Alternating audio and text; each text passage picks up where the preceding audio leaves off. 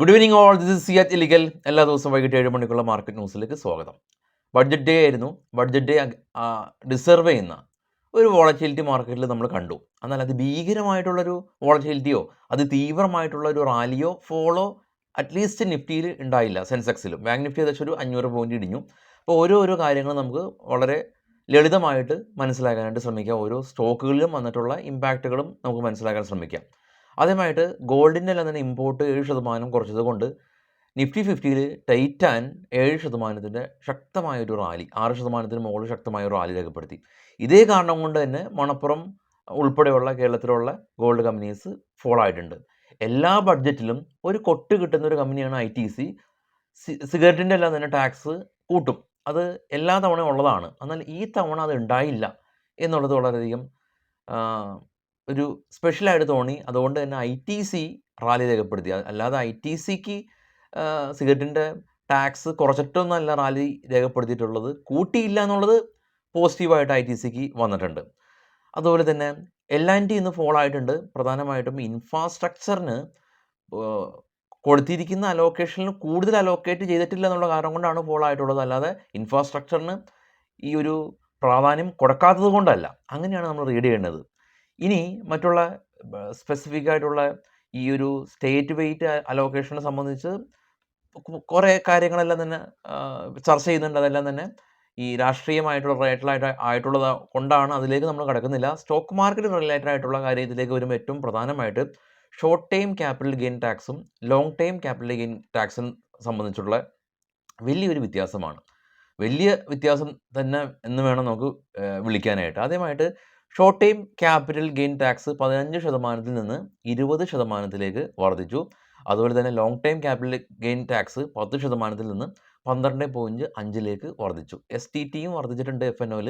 എങ്കിലും ഈ FNOയിൽ വലിയ പ്രശ്നങ്ങളുണ്ടാവും, FNO പൂട്ടിപ്പോകും എന്ന് ഉള്ള വീഡിയോസ് കൊണ്ട് യൂട്യൂബ് നിറഞ്ഞിരിക്കുന്ന ഒരവസരത്തിൽ ഇത്തരത്തിലുള്ള ഒരു നേരെ തിരിച്ചുള്ളൊരു റിയാക്ഷൻ ആരും എക്സ്പെക്റ്റ് ചെയ്തില്ല എന്ന് വേണം പറയാൻ.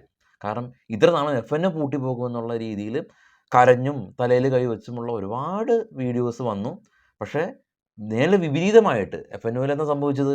STT ചാർജ് സ്ലൈറ്റ്ലി കൂട്ടിയിട്ടുണ്ട്. പക്ഷേ ഏറ്റവും വലിയ പ്രശ്നം ഉണ്ടായിട്ടുള്ളത് എവിടെയാണ്? ഈ ഒരു long time short time capital gain tax വർദ്ധിപ്പിച്ചതുകൊണ്ടാണ്. സ്വാഭാവികമായ രീതിയിൽ മാർക്കറ്റ് വലിയ തോതിൽ ഇടിവ് രേഖപ്പെടുത്തേണ്ടതായിരുന്നു. എന്നാൽ ഇതിന് സാധൂകരിക്കുന്ന വേറൊരു കാര്യം സംഭവിച്ചു. കോർപ്പറേറ്റ് ടാക്സ് ഈ വിദേശ കമ്പനികളുടെ കോർപ്പറേറ്റ് ടാക്സ് 40-ൽ നിന്ന് 30%-ലേക്ക് കുറച്ചിട്ടുണ്ട്.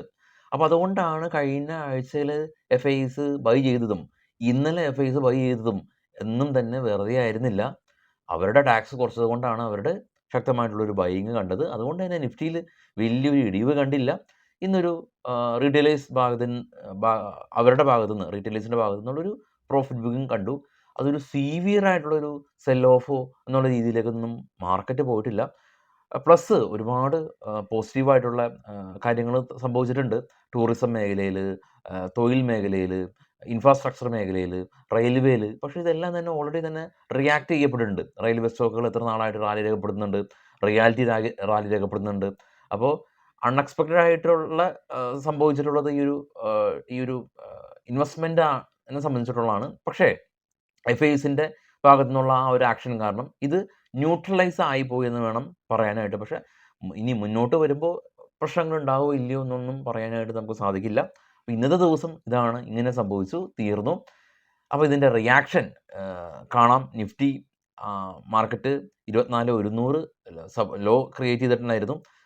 തിരിച്ച് കയറി വീണ്ടും എവിടെയാണോ മാർക്കറ്റ് ഉണ്ടായിരുന്നത് അവിടെ തന്നെ മാർക്കറ്റ് അവസാനിപ്പിച്ചു. നിഫ്റ്റിയുടെ കേസാണ് പറയുന്നത്. Titan, ITC, Tata consumer product, Adani port, NTPC തുടങ്ങിയ കമ്പനീസ് എല്ലാം തന്നെ ശക്തമായ റാലി രേഖപ്പെടുത്തി. ടാറ്റ കൺസ്യൂമർ പ്രൊഡക്റ്റും റാലി രേഖപ്പെടുത്തിയിട്ടുണ്ട്. Shriram finance, L&T, Hindalco, Bajaj finance, ONGC തുടങ്ങിയ കമ്പനീസാണ് പ്രോഫിറ്റ് ബുക്കിംഗ് ഇന്ന് പ്രധാനമായിട്ടും കണ്ടത്. ഇനി നമുക്ക് സ്റ്റോക്കുകളുടെ സ്പെസിഫിക് ആയിട്ടുള്ള കുറച്ച് വാർത്തകളിലേക്ക് പോകാം. കൂടാതെ തന്നെ ഗ്ലോബൽ മാർക്കറ്റും നമുക്ക് പരിശോധിക്കാം. ആദ്യം തന്നെ നമുക്ക് ഗ്ലോബൽ മാർക്കറ്റ് ആയിക്കോട്ടെ.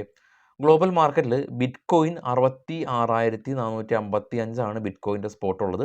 ബ്രന്റ് ഓയിൽ 81 എന്ന നിലയിലാണ് ബ്രന്റ് ഓയിലിൻ്റെ നിൽപ്പ്.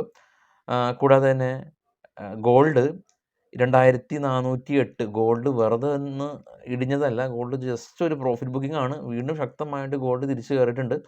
അതുകൊണ്ടാണ് നമ്മുടെ പോർട്ട്ഫോളിയോ അലോക്കേഷനിൽ ഗോൾഡിലൊക്കെ നമ്മൾ ഒഴിവാക്കാൻ പറ്റാത്തൊരു സംഗതിയാണ്. ഓസ്ട്രേലിയ കാണാം, ചൈന കാണാം, കൊറിയ, ജപ്പാനെല്ലാം തന്നെ ഫ്ലാറ്റായിരുന്നു. ഡോ ഫ്യൂച്ചർ ഫ്ലാറ്റാണ്. ഇന്ത്യ വിക്സ് 17% ഇടിഞ്ഞ് 12.74. ജർമ്മൻ, UK, ഫ്രാൻസ് മാർക്കറ്റുകൾ, ജർമ്മൻ മാർക്കറ്റ് പോസിറ്റീവാണ്. മറ്റ് മാർക്കറ്റുകളെല്ലാം തന്നെ നെഗറ്റീവാണ്. അപ്പോൾ ഇന്ത്യ വിക്സ് 17% ഇടിഞ്ഞ് 12 എന്ന നിലയിലാണ് ഉള്ളത്. അപ്പോൾ ഇന്ന് വരെയായിരിക്കാം ഓപ്ഷൻ്റെ എല്ലാം തന്നെ പ്രീമിയം ഇത്ര അധികം അട്രാക്റ്റീവായിട്ടുണ്ടായിരുന്നത്. ശക്തമായിട്ടുള്ള ഡീക്ക് സംഭവിച്ചു ഇന്ന്.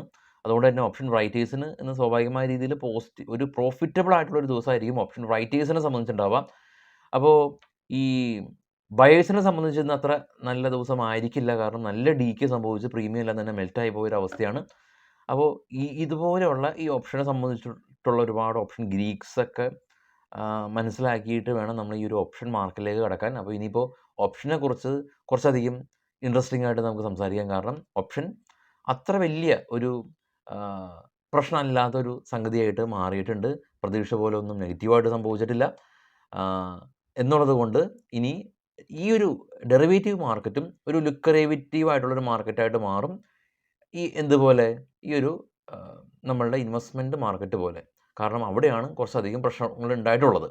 അപ്പോൾ സ്റ്റോക്കുകളുടെ വാർത്തകളിലേക്ക് വരാം. ആദ്യം HUL സംബന്ധിച്ചുള്ള ന്യൂസാണ്. Hindustan Unilever company net profit 2.7% spike ചെയ്ത് 2538 കോടി രൂപ. റവന്യൂ 15,339 കോടി രൂപ. ബജാജ് ഫിനാൻസ് നെറ്റ് പ്രോഫിറ്റ് 14% ഉയർന്ന് നെറ്റ് ഇൻട്രസ്റ്റ് ഇൻകം 25% ഉയർന്നു. ടാറ്റ കൺസ്യൂമർ പ്രൊഡക്റ്റ് ഇന്ന് റാലി രേഖപ്പെടുത്തിയിരുന്നു. പ്രധാനമായിട്ടും ഇവർ റൈറ്റ് ഇഷ്യൂ കമ്പനി തീരുമാനിച്ചു. 818 കോടി രൂപയ്ക്കാണ് റൈറ്റ് ഇഷ്യൂ ഉള്ളത്. 1258 കോടി 58 രൂപയാണ് കമ്പനിയുടെ LTP. റൈറ്റ് ഇഷ്യൂ എന്ന് പറയുന്നത് ആരെങ്കിലും ടാറ്റ കൺസ്യൂമറിൻ്റെ സ്റ്റോക്ക് ഹോൾഡ് ചെയ്യുന്നുണ്ടെങ്കിൽ 818 രൂപക്ക് വീണ്ടും ടാറ്റ കൺസ്യൂമർ കമ്പനി നിങ്ങൾക്ക് ആ സ്റ്റോക്ക് നൽകും. IPOയിൽ പങ്കെടുക്കുമ്പോൾ നമുക്ക് പങ്കെടുക്കാം. അപ്പോൾ അതാണ് ടാറ്റ കൺസ്യൂമറെ സംബന്ധിച്ചുള്ളൊരു news. Thyrocare company 17 crore രൂപയിൽ നിന്ന് 24 കോടി രൂപയിലേക്ക് പ്രോഫിറ്റ് ഉയർത്തി. M&M ഫിനാൻസ് ഇവരുടെ സ്റ്റാൻഡേർഡ് നെറ്റ് പ്രോഫിറ്റ് 45% ഉയർന്ന് 513 കോടി രൂപ കരസ്ഥമാക്കി. SRF കമ്പനി നെറ്റ് പ്രോഫിറ്റ് 360 നിന്ന് 252 കുറഞ്ഞു. കജാരിയ സെറാമിക് കമ്പനി 107 കോടി രൂപയിൽ നിന്ന് 90 കോടി രൂപയിലേക്ക് പ്രോഫിറ്റ് കുറഞ്ഞു. ഹെറിറ്റേജ് ഫുഡ് കമ്പനി 16 കോടി രൂപയിൽ നിന്ന് 58 കോടി രൂപയിലേക്ക് പ്രോഫിറ്റ് വർദ്ധിച്ചു. ഷർദ കോർപ്പ് കമ്പനി 88 കോടി രൂപ ലോസ് ഉണ്ടാക്കിയ കമ്പനി ഇത്തവണ 27 കോടി രൂപ profit. Steel strips wheels company 47 കോടി രൂപ, ഇത്തവണ 46 കോടി രൂപ ന്യൂട്രലാണ്. ICRA കമ്പനി 40 കോടി രൂപ പ്രോഫിറ്റ്, ഇത്തവണ 35 കോടി രൂപ. VA ടെക് വബാഗ് കമ്പനിയും ആൻ്റണി വേസ്റ്റ് കമ്പനിയും ഇന്ന് റാലി രേഖപ്പെടുത്തി. പ്രധാനമായിട്ടും സാനിറ്റേഷൻ പ്ലാന് 100 സിറ്റീസിൽ ഗവൺമെൻറ് അപ്രൂവ് ചെയ്തു. മറൈൻ ഇലക്ട്രിക്കൽ കമ്പനിക്ക് 20 കോടി രൂപയുടെ ഓർഡർ കിട്ടി. ഏഷ്യൻ പെയിൻറ്റ് ഇവിടെ പെയിൻറ്റിൻ്റെ വില വർദ്ധിപ്പിക്കുന്നുണ്ട് 1.25%. L&T ടെക് കമ്പനി സിംഫണി ആയിട്ട് ഒരു പുതിയ ബിസിനസ് കോൺട്രാക്ട് സൈൻ ചെയ്തു. ടോറൻറ്റ് ഫാർമ 378 കോടി രൂപയിൽ നിന്ന് 460 കോടി രൂപയിലേക്ക് പ്രോഫിറ്റ് വർദ്ധിച്ചിട്ടുണ്ട്. അപ്പോൾ ഇതാണ് ഇപ്പോൾ ഉള്ള ന്യൂസ്. നാളെ രാവിലെ 7:00 വിശദമായിട്ടുള്ള പ്രീ മാർക്കറ്റ് ന്യൂസായിട്ട് എത്താം. എല്ലാവർക്കും ശുഭരാത്രി. Thank you.